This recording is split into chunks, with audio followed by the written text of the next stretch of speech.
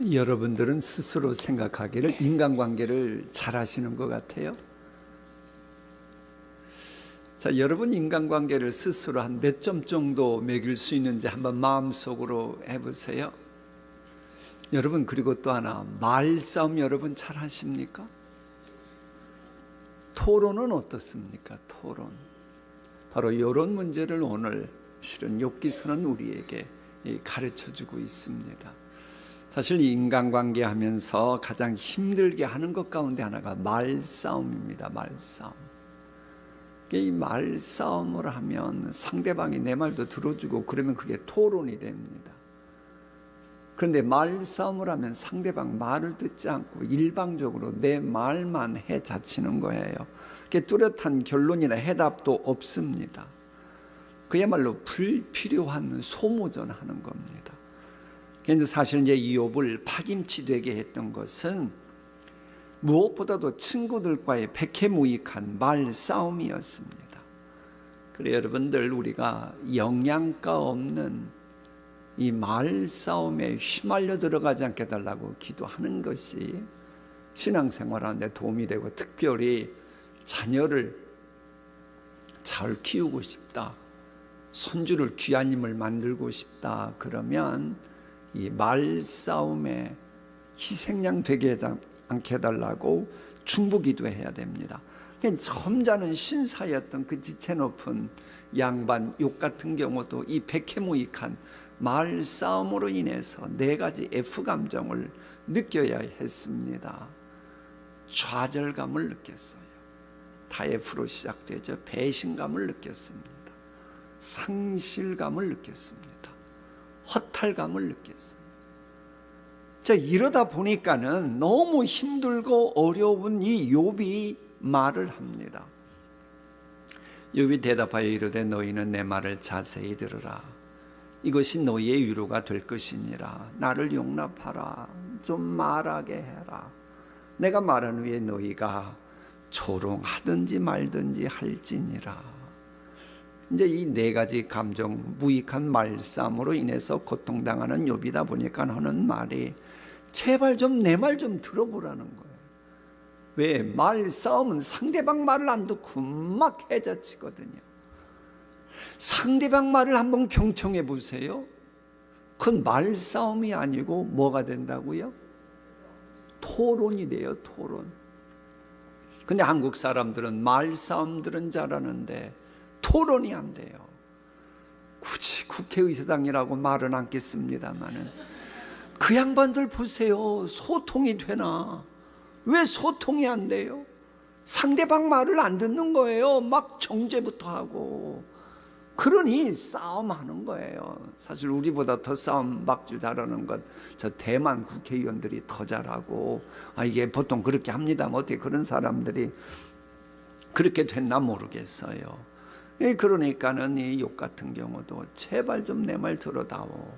너희들은 내가 말했다 하면 뭐 무익한 말, 통풍 같다 하고 비하시키고 들으려고도 하지 않는데 제발 좀 내 말 좀 듣고 나서 그 다음에 조롱하든지 말든지 하라. 이 이야기를 지금 욥이 하는 겁니다. 여러분, MZ세대들이 있잖아요. 젊은이들이 여론조사를 했습니다. 우리 어른들도 꼭 그걸 기억해 두세요. 어른들이 MZ세대가 가장 고통스러워하는 게 뭐냐? 소통이 안 된대요. 뭐가 안 된다고요? 왜 소통이 안 돼요? 상대방 말을 안 들어주니까 소통이 안 되는 거예요. 여러분, 잊지 마십시오. 젊은 세대들하고 자녀들하고 손주들하고 대화 제대로 하고 싶으면 상대방 말 들어주는 이 경청이 있어야 돼요. 근데 욥의 친구들은 어른들이라고 그러고 점잖고 엘리트들이라고 차처럼 혼자 나오면서 속에 있는 얘기만 하기 바쁘니 제발 좀 들어보고 난 다음에 조롱하든지 그만두든지 하라는 겁니다. 그러면서 이제 욥이 악인 이야기를 해요. 악인 이야기. 여러분, 하나님은 시퍼렇게 살아계신데 악인이 존재하잖아요. 그죠? 하나님 분명 살아계셔요. 근데 어떻게 악인이 존재하냐는 거예요. 악인이 세상에 있다는 겁니다. 우리 목사님 봉독한 그대로 그 말씀이 있잖아요. 악인이 분명 존재합니다. 여기에는 깊은 하나님의 뜻이 있습니다. 첫째는 악인도 그렇게 한다면 하나님의 자녀인 우리가 좀 부족함이 있고 연약함이 있다고 해서 그런 복 안 주시겠냐, 이걸 우리에게 계시하는 겁니다. 그러면서 또 한편 욥이라고 하는 사람의 인간성을 고발하는 것도 됩니다. 욥은 점잖긴 하지만 사람은 누구나 다 뒤끝이 있습니다. 여러분은 뒤끝이 있어요, 없어요? 우리 셀라 찬양대들 뒤끝이 있어요, 없어요? 누가 여러분 함부로 하면 가만둬요, 나중에 두고 보자 해요? 대답들 안 하시는 거 보니까 뒤끝이 좀 있으신가 봐요. 근데 여러분, 사람은 누구나 다 뒤끝이 있습니다. 욥도 그런 거예요. 욥이 왜 굳이 악인도 존재하나 이 얘기하는 줄 압니까? 직전의 소발이 악인은 채 꽃 피우기도 전에 하나님이 기세를 꺾어버리신다, 이런 식으로 말했거든요. 그러니 그걸 염두에 두고 아니다, 악인 중에도 얼마나 잘 먹고 잘 살고 그런 인간들이 있는 줄 아냐. 분명 하나님은 말씀하시고 행동하시는 분이면 악인 심판하신다 그러면 심판하셨어야죠. 그런데 하나님이요, 악인이 형통하는 보는 것을 보고 참고 계시는 겁니다. 그걸 봐야 되는 거예요. 악인이 저러면 어떤 때는 직접 심판하시는데 많은 악인들은 하나님이 봐주시는 겁니다. 악인인데도 장수하고 뜻대로 잘 되는 걸 하나님이 보고 계시려니 하나님 마음은 얼마나 고통스러우시겠어요. 그런 하나님이면 여러분들 어지간한 건 많이 봐주실 줄 알고 죄질한 얘기가 아니고 하나님이 날 버리셨을까 그런 생각하지 말라는 거예요. 하나님이 왜 그러시는 겁니까? 악인의 후손일지라도 회개하고 지옥 보내시기 싫어서 참고 계시고 악인을 존재하게 하는 겁니다. 그리고 하나님께서는요, 이 세상 다스리시는 방법이 우리와 다르다는 걸 알려주기 위해서 그래요. 여러분, 천국은 악한 존재가 있어요, 없어요? 아니, 천국에는 천군 천사들만 있는데 악한 존재는 한 명도 없지요. 지옥에는 다 악하고 더러운 인간들만 있어요. 이게 천국과 지옥은 분명합니다. 그런데 세상에는 선인도 있고 악인도 공존하는 거예요. 이거에 대한 하나님의 뜻을 우리가 알아야 합니다.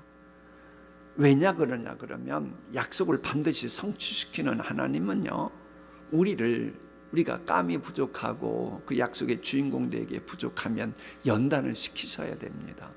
그런데 연단을 시키려면 악한 존재가 등장해야 되는데 같은 하나님의 사람들 보고 악하게 만드실 수는 없잖아요.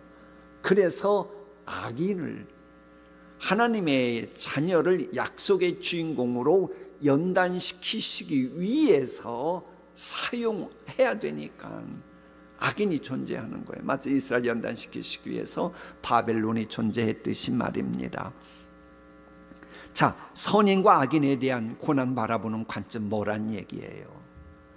소발 엘리바스 너희들 말처럼 인간 관점이 아니고 이런 하나님 관점에서 봐야 된다, 이걸 말하고 있는 겁니다. 그래서 이 얘기를 하려고 이 욥이 신학적으로 대단하다는 게 이런 자기의 논리를 편 다음에 이내 천국과 지옥을 가는 죽음이라고 하는 정거장 이야기를 하게 되는 겁니다. 조금 있으면 나올 거예요.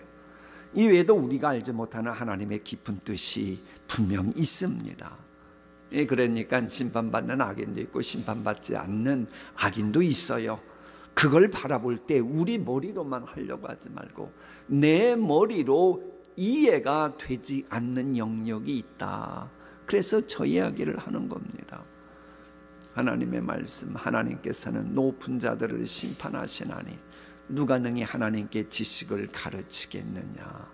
인간들이 잘난 체하고 똑똑한 자다만 그들조차 하나님이 심판하시는데 그 하나님이 섭리하시는 관점에서 보는 걸 어떻게 우리들이 다 아는 체 할 수 있냐, 요 이야기입니다. 그래 여러분, 우리는 눈앞에 전개되는 현실 바라볼 때에 꼭 우리 인간 세계의 법칙으로만 바라보고 해명되지만 내가 신앙생활도 더 분명히 하지 그러는데 그러면 안 됩니다. 우리 머리로 이해 안 가는 하나님 관점이 있는 거예요. 그래 신약 성경에 있는 말씀이죠. 하나님의 부유하심은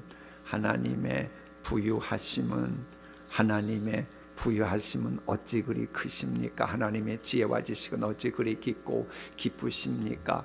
그 어느 누가 하나님의 판단을 헤아려 알 수 있으며 그 어느 누가 하나님의 길을 더듬어 찾아낼 수 있겠습니까?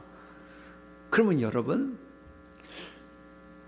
외적으로 저 사람이 하나님의 복을 받았다, 저 사람이 하나님의 저주를 받았다, 우리가 함부로만 안 된다는 거예요.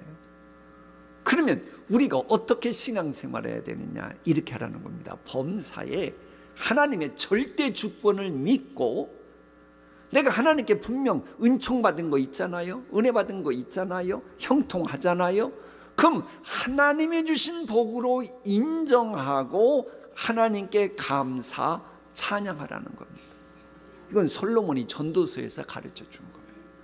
아니, 하나님이 주신 복이 분명한데 이거 가지고 정말 이게 저주가 될지 안 될지, 그거 불신앙 아닙니까?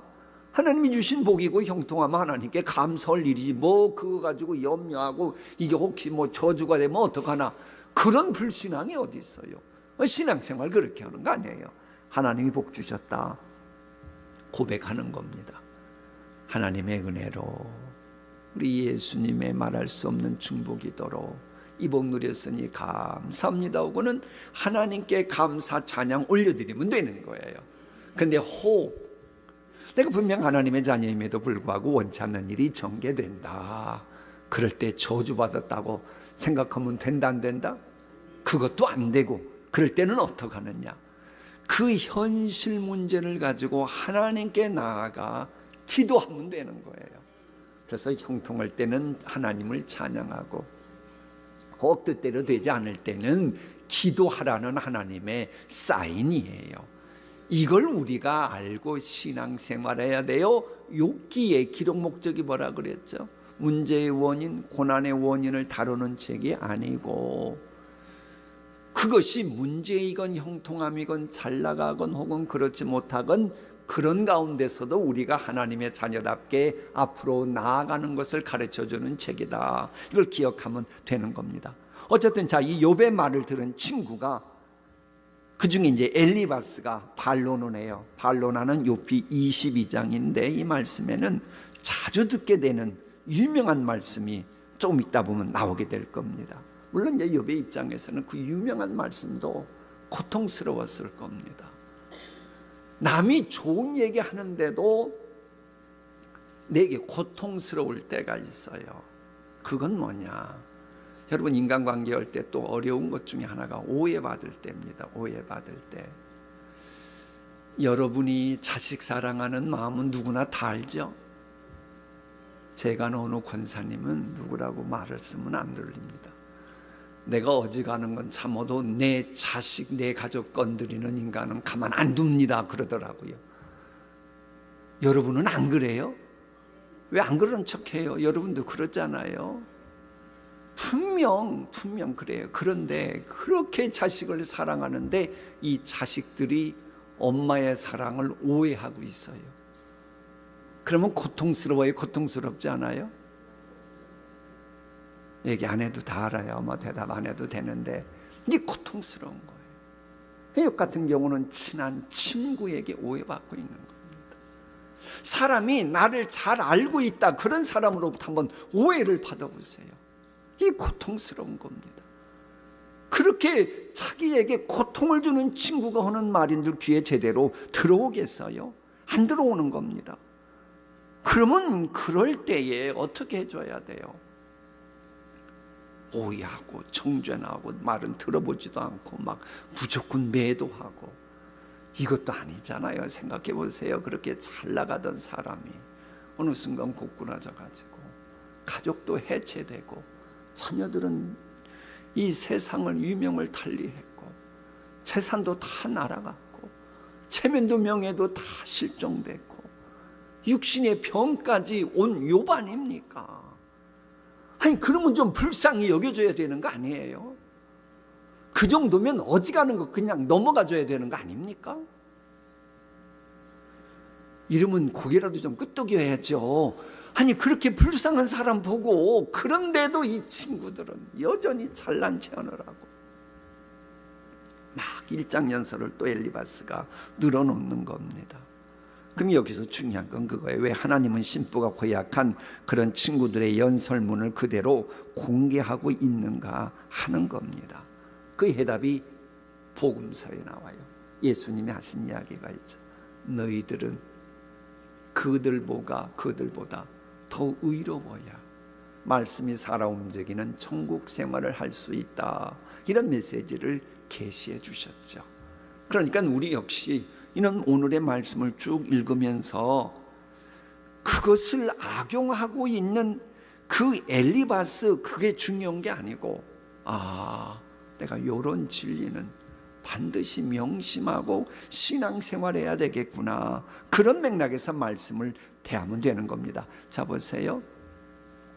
사람이 어찌 하나님께 유익하게 하겠느냐? 지혜로운 자도 자기에게 유익할 따름이니라. 네가 의로운들 전능자에게 무슨 기쁨이 있겠으며 네 행위가 온전한들 그에게 무슨 이익이 있겠느냐? 저건 분명 하나님의 말씀이에요. 저는 우리 꼭 붙들어야 됩니다. 그런데 그 다음 보세요. 하나님이 너를 책망하시며 너를 신문하시며 너의 경건함 때문이는 네 악이 크지 아니하냐 내 죄악이 끝이 없느니라. 저건 말씀을 하면서 자기 생각을 전달하는 거예요. 그러니까 저런 사람이 되게 하지 않게 해달라고 우리가 기도 제목 삼으면 되는 겁니다.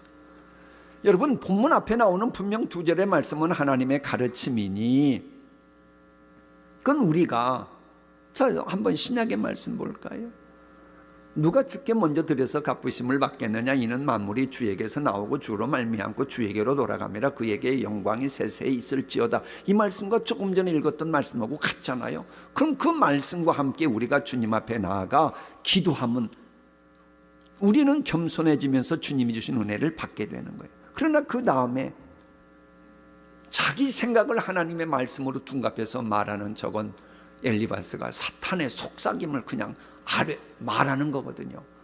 그럼 그런 것에 우리가 미혹되지 않게 해달라고 기도하면 되는 겁니다. 자, 우리가 이제 이 욥기 22장을 읽을 때에 아주 유명한 말씀들이 많이 나오는데 특히 우리 모두가 기억하고 열매 맺었으면 좋겠다 하는 말씀이 있어요. 너는 하나님과 화목하고 평안하라. 그리하면 복이 내게 임하리라. 청하건대 너는 하나님의 입에서 교훈을 받고 하나님의 말씀을 내 마음에 두라. 그러니까 이 놀라운 말씀의 이 시작은 뭐냐? 하나님과 화목하고 평화라는 겁니다. 세 가지 질문을 던지고 마칠게요. 우리 인간이 그렇게 평화를 원하면서도 그잖아요. 우리 가운데 평화 원치 않는 분이 있어요. 그런데 왜 우리는 참된 평화 누리지 못하고 불안과 공포 속에서 종종 살아갈 때가 있습니까? 첫 번째 질문. 그 답은 전능자 하나님과의 관계가 불편하기 때문입니다. 역시 여러분들 마음속에 왠지 모르게 두려움이 있고 불안감이 있잖아요. 그건 여러분 지금 전능자 하나님과의 관계 어딘가에 벌써 지금 삐끗해졌다 그 말입니다. 빨리 그거 해결해 보십시오. 마음의 평화 옵니다. 자, 둘째, 나는 하나님의 자녀가 분명한데 왜 참된 평화 누리지 못할까? 그건 하나님과의 관계를 불편하게 하는 죄가 있기 때문입니다. 나도 모르는 죄든지 허물이 있기 때문이에요. 그래서 사람의 심리 파악을 그렇게 잘했던 솔로몬이 성령 충만한 가운데 했던 말이 뭐예요? 결국은 하나님과의 관계성 속에서 죄를 범한 사람은 쫓아오는 사람이 없어도 괜히 도망가느니라. 무슨 얘기인가 아시겠죠? 아무 상관이 없어요. 그런데 죄 지은 거 하나 있으면 무슨 일이 벌어져도 그것이 마치 나와 상관이 있는 양 막 두려워서 도망다니는 그런 언행을 한다는 거예요. 세 번째 질문. 그런데 나는 나의 죄악을 담당하신 예수님을 분명 믿는데, 근데도 왜 평안이 없고 왜 두려움이 존재할까? 그에 대한 해답은 하나님의 사랑을 믿는 믿음이 없기 때문입니다. 온전한 사랑이 두려움을 내어 쫓나니. 내가 분명 내 죄 사하신 예수님 믿는다 그러고 그러면서도 마음이 왠지 모르게 막 불안해. 그건 하나님을 믿는 사랑에 지금 온전히 믿지 못하는 게 있기 때문에 그래요. 그런데 그 믿음은 뭐로 말미암아요?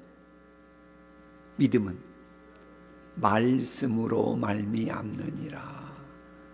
기억나시죠? 믿음은 말씀으로 말미암는 겁니다. 그래서 우리가 이 엘리바스가 한 말 중에 그 다음 말, 청하건대 너는 하나님 안에서 교훈을 받고 하나님의 말씀을 내 마음에 두라. 저건 진리인 거예요. 엘리바스가 말했어도. 세 가지 질문의 결론을 엘리바스가 내려줍니다. 엘리바스 똑똑해요? 똑똑하지 않아요? 똑똑해요. 근데 똑똑한데 이게 자기 욕심을 따라서 말씀을 인용하니 이건 마치 뭐와 같으냐? 전에 말씀한 적이 있죠. 하나님의 말씀을 인용하는데 사람이 어리석어요. 하나님께서 원하시는 대로 사용하지 않아요.